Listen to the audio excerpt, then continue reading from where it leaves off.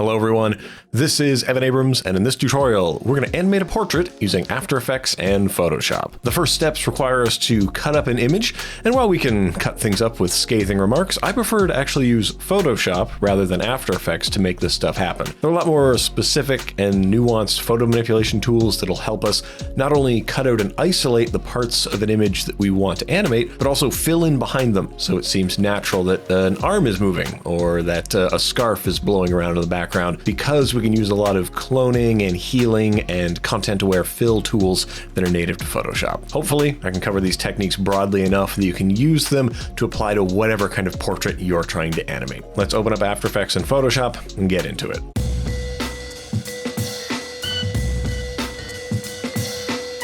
Now, we're talking about skills that are outside of After Effects. We're going to be talking about Photoshop, photo manipulation, and that's a pretty natural segue into this video's sponsor, Skillshare. Make 2020 a year where you explore new skills, deepen your passions, and get lost in creativity with Skillshare's online courses. What you find just might surprise you. Skillshare is an online learning community that offers membership with meaning. With so much to explore, real projects to create, and the support of fellow creatives, Skillshare empowers you to accomplish real growth. Skillshare offers classes designed for real life, so you can move your creative journey forward without putting your life on hold. You can learn and grow with short classes that fit in your busy routine. Now, since you're watching this, it's safe to assume that you might enjoy lessons on animation, fine art, film, and video, but specifically, since we're looking at some portraiture here, I really recommend checking out Drawing and Painting Portraits, a Guide for Artists by Gabrielle Bricky. Her course goes through the whole process from fundamentals of proportion and form into gestures and anatomy, all that deep knowledge that goes into portraiture, whether it's digital or traditional mediums. Then you could be using the techniques of this tutorial on your own artwork. How great would that be? Skillshare is also incredibly affordable, especially when compared to pricey in-person classes and workshops. An annual subscription is less than $10 a month, and members get unlimited access to thousands of inspiring classes with hands-on projects and feedback from a community of millions. So click the link in the description to get 2 free months of premium Skillshare membership and explore your creativity. All right, so we've got our image open, we're in Photoshop, and before we jump into the technical things, we should plan first. I cannot overstate how important planning is, so we can identify kind of the challenges we're going to face, what we want to achieve here. Here's some things to look out for. Look for the elements that you want to separate. So I know that I want to separate this frame, and I want to make this whole guy move independent of the background. So I know I'm going to need to cut out this frame. I'm going to need to make a much larger background if I want to zoom into this thing or move anywhere. This background needs to be bigger, so I need to extend that. And I need to erase this guy from it. So that's 2 elements that we need. I want his scarf to be fluttering, so that's 3. His torso, right, that's going to be 4. And then 5 is going to be this arm. I want to isolate this arm here. And in particular, one of the challenges of isolating this arm is that I have to paint what's under it. I have to replace the arm with whatever the torso would be if that arm wasn't there. And so that's the challenge that is before us. We're going to do a little bit of show and tell. I'm going to speed up some of the process. I'm going to highlight some of the tools, and hopefully that'll give you what you need to make this process work for yourself. So let's start by isolating. I like to use the pen tool. The pen tool is my buddy when it comes to isolating things. The pen tool is fairly easy to use. If you're already familiar with After Effects, pen tool works the same way, except you call it up by hitting P, a crazy concept. And then you just go in, you click to add a point, you drag to pull out its Bezier handles. If you're not happy with your first click, hold down spacebar and move it around. If you don't want the 2 handles to be together, hold down Alt. So those are the basics for using the pen tool. And then you just kind of go around and try to fit it into whatever space you think it goes.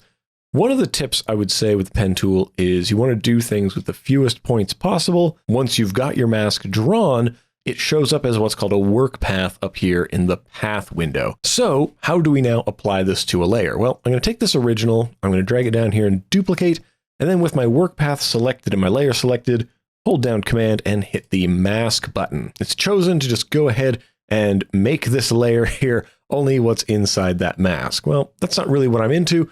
So I'm going to use my mask selection button, select this mask, and now I'm going to choose from this menu right here, this little bad boy here, and I'm going to say subtract from shape. By default, what's inside the mask is what you keep. So if you need to change that, this is where you do it. I'm going to go ahead and isolate the rest of the objects. All of the time, I'm going to be creating new layers and naming them accordingly so that I don't lose a lot of information. I'm very used to the non-destructive way that I work in After Effects, so I want to keep that going here in Photoshop. And now we have the arm, and then the torso behind the arm, and then we've got that scarf that we wanted to isolate as well. We've got the frame, and then what will become the background. So these elements need some touch-ups before we're able to use them, especially this background, because that's just a copy of the original. So let's start there and fix the background. What I need to do is make it seem like this character was never there, and I want to paint away the frame as well. I'm going to start by grabbing my selection tool here. This is my polygon selection tool. You can do it however you like. But I want to select all the areas that I want to fill in. So I'm going to start by having a nice feather, maybe 20 pixels here. With them selected, I'm going to go Edit, Content Aware Fill. We're going to make use of some artificial intelligence to make them go away. Now, this actually looks pretty good. It did a pretty good job, even though I'm not interested in using any of the frame out here. I don't think this frame information is actually very helpful to filling in what I would like. As you can see, it's going to start to compute some things, figure stuff out for me. We can start to remove even more of that, try to make it a little bit more accurate to what we want. Where is it going to output to? Let's just paste it on top of the current layer. We already named it background. I'm happy with that. So would you look at that? We made this guy go away. So on the background, I want to start painting out the rest of this stuff. So I'm going to use this tool over here that we call the healing brush. The healing brush is very similar to the clone stamp in that we are going to also be selecting an area. Oh, that's way too big. So we're going to be sampling an area and then moving it on over. But you'll notice that there are some weird kind of updates happening. It's using a little bit of blending to try to make these things a little bit nicer of a fit. So with this, we are just going to try to paint away the frame using pixels that are kind of near the frame. And I'm just going to go ahead and keep pushing those pixels, sampling near the frame, near enough, and then going on top of the frame and painting it away. And with all that frame removed, now you can go ahead and make your brush size a little bit larger, maybe just sample from the middle or somewhere with some nice texture, and then just try to paint the edges out a bit. And there we go. This looks like a nice kind of background plate that we could do. Now, what needs to be touched up next? I think we can touch up this scarf a little bit. Let's switch to the clone stamp so you can get a little picture of how that might work. We're going to select some of these nice crisp folds here. What I really like about the clone stamp tool is that you get to preserve the details, right? So let's try to do exactly that. Painting away the shoulder, making use of nearby pixels. Oh, yes. Oh, yeah, I'm enjoying this. If you want to expand it even more, I might rasterize the vector mask, then apply the layer mask, creating a layer that only has these pixels on it. And then I can go ahead and start continuing to sample. I'm happy with that now. So now I think we've saved maybe the hardest touch up for last, this torso here. How are we going to fix this up? We need to paint away this arm and we need to paint away this finger here. So what I usually end up doing is a combination of techniques. Most notably, I like to grab patches using just the selection tool. I can just grab a nice big patch of pixels that look like they belong, and then we just layer via copy, hit V, and then we kind of drag this into place somewhere, and we just try to fill up as much as we can. And then you might use the eraser tool to kind of take away bites from it before you merge it down. So Command E will merge this down, preserve the layer mask, and again, the healing brush can be our friend. So we can select areas of texture. You'll notice that it really erodes quite a lot of detail out of the image using the healing brush. So it might not be right all the time. And in fact, we want to avoid that little button. If we were to touch it with the healing brush, it might go away altogether. Also, up here on the face where we have the most detail to worry about, I like to go ahead and use my selection tool. I like to try to grab say half of this face here. We're going to grab just this half over here. Good. And we're going to layer that via copy. We are going to hit V and then Shift. We're going to flip it over like this.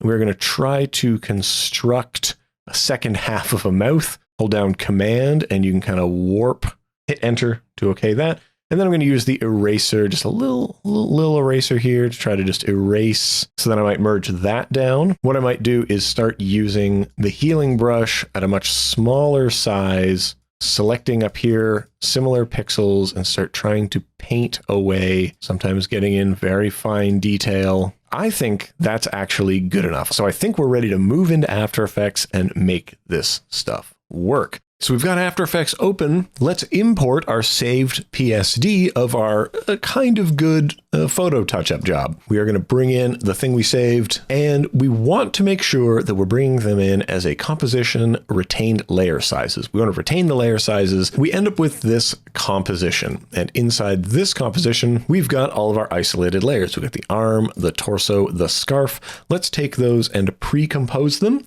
To organize your animations, I really recommend that you isolate the things that are going to live together. So let's call this the subject. It can be very helpful. And we're just going to push the subject between the frame and the background. So one of the things we wanted to do was to animate this guy's arm.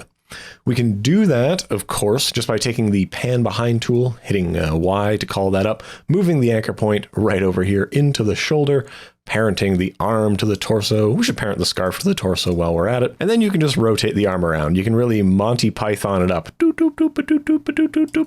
if you so desire. However, we have a more nuanced take we can use. We can go ahead and grab the puppet pin tool. So the puppet pin tool is going to stick pins onto this layer, apply a deformation mesh, and let us warp it around. So I'm showing the mesh. We are choosing kind of how far outside of the alpha bounds of the layer. We are going to expand that mesh and then how dense that mesh is.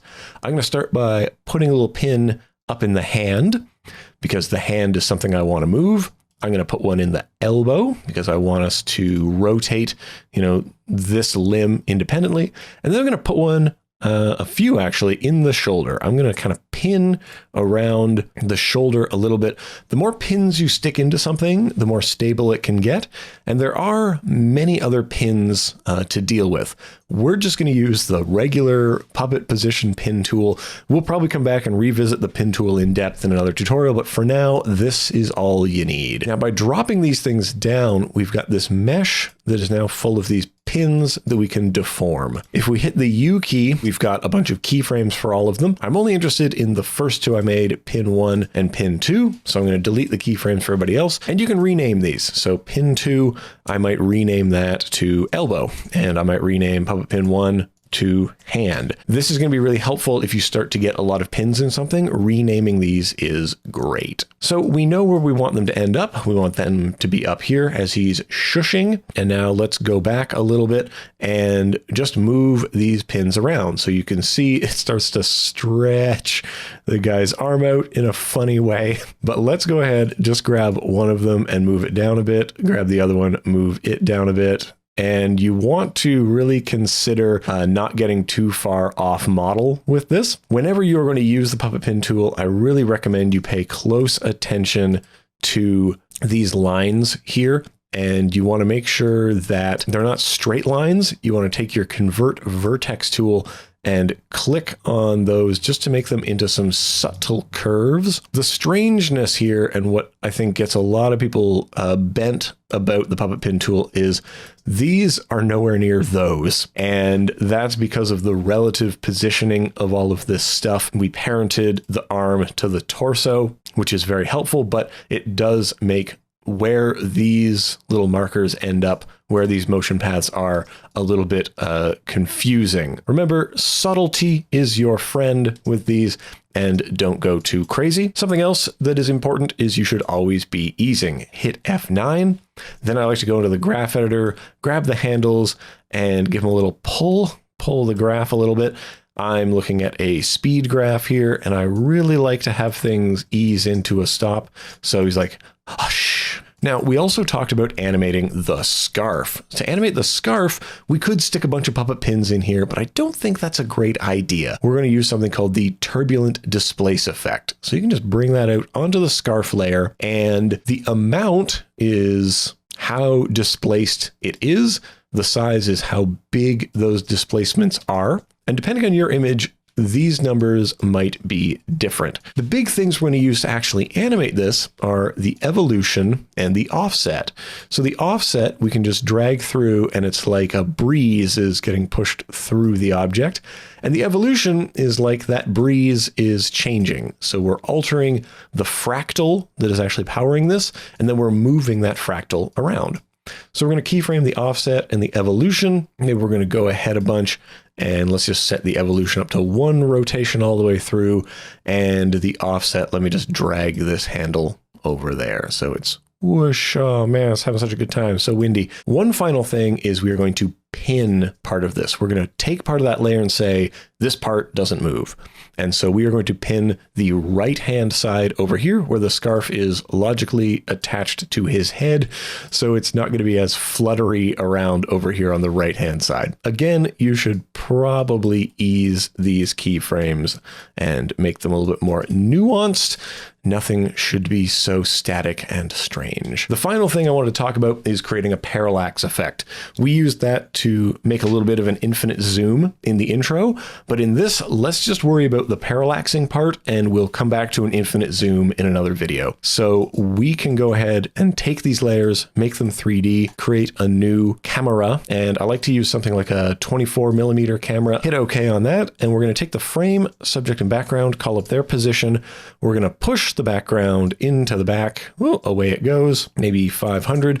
We are going to take the frame and pull it forward, maybe negative 500. I don't really like the size of this composition because this is not how I would export this. So I'm going to change the composition settings, and we are going to go in here and go for my square preset, my Instagram friendly preset. Call up the scale on these elements and just start scaling them down to where they feel correct. So let's get the frame in like that. Let's scale this person up in the frame, and now let's scale the background up to be quite large. So because we've pushed these things using their position, if I start moving the camera forward and backward, notice we get some parallax happening here. Ooh, la-di-da. So that is working out for me. I'm going to reframe this guy to be in the middle and maybe continue to scale him a little bit. We're not super concerned with being super true to the original image unless your goal is to end up in the exact kind of configuration. I'm really more concerned about being close and using this to create pleasing motion. So one thing that we're going to do is we're going to set a couple of keyframes here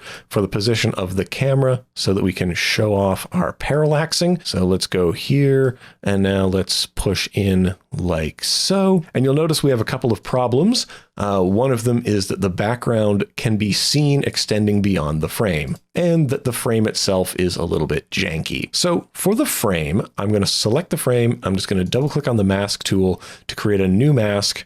And I'm going to take this mask and I'm just going to pull it in. We can just solo the frame here for this work. And I'm using the transform tools on that frame like so. So now that janky background is gone, but we don't want to see the background anymore. In fact, that makes us sad to see the background. And we've got a little bit of our buddy hanging out the bottom here. So I'm going to double click up here to just make a shape layer. And I'm going to call this the matte. I'm going to make it 3D and I'm going to parent it to the frame because we want the frame to be the thing that helps guide cutting these objects off. So with the ellipse, I'm just going to go into the ellipse path and I'm going to alter its size to be, I don't know, kind of this big, just kind of sitting in the middle of the frame. And so this matte, I'm going to put one that lives above the background, and I'm going to go into the background. I'm going to go to its track matte, toggling between switches and modes, and I'm going to say alpha matte of the layer I called matte. So we can only see the background where there are pixels of this matte. And because it is aligned with this frame, you'll notice even if we zoom in and out, we don't get the background poking out beyond the frame anymore. We can just repeat that process by duplicating this, dragging it above the subject, and changing the subject's track matte to reference in the same way. And there we go. Problem solved. We've got that parallax problem locked down. But we've covered off those basic tools. We got the puppet pin, we've got some parallaxing, we got masks, we got mats, and then we've got that turbulent displace. And I think we did a pretty good job with all of those. Well, thank you so much for watching and spending some time with me here on the EC Abrams channel. I hope you were able to use all these techniques and follow along. But if not, if you got stuck anywhere, please let me know your questions in the comments and I'll try to get you through. And if you make something cool with this thing, and I know that you will, then I would love to see it. Tag me on Instagram at EC Abrams on there, or share a GIF or something with me on Twitter. I'm at EC Abrams on there as well. If this is the kind of thing you like learning, motion design, After Effects, visual effects, all that good stuff, then subscribe to this channel and make sure you turn on notifications so you don't miss a single one. That's it for me. I'm Evan Abrams. Thanks again for watching and have a great day.